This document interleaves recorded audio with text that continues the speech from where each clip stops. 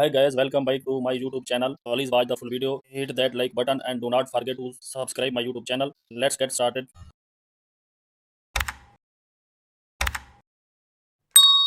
Welcome to another tutorial. First open like and subscribe to my channel.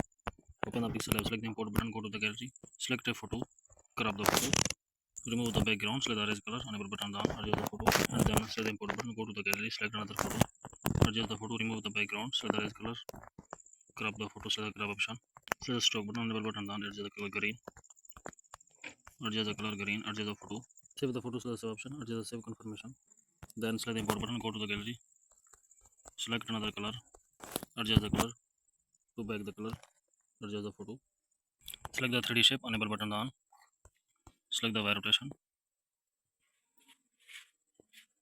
expression, copy the shape, select the copy option, adjust the shape, select another copy, adjust the shape.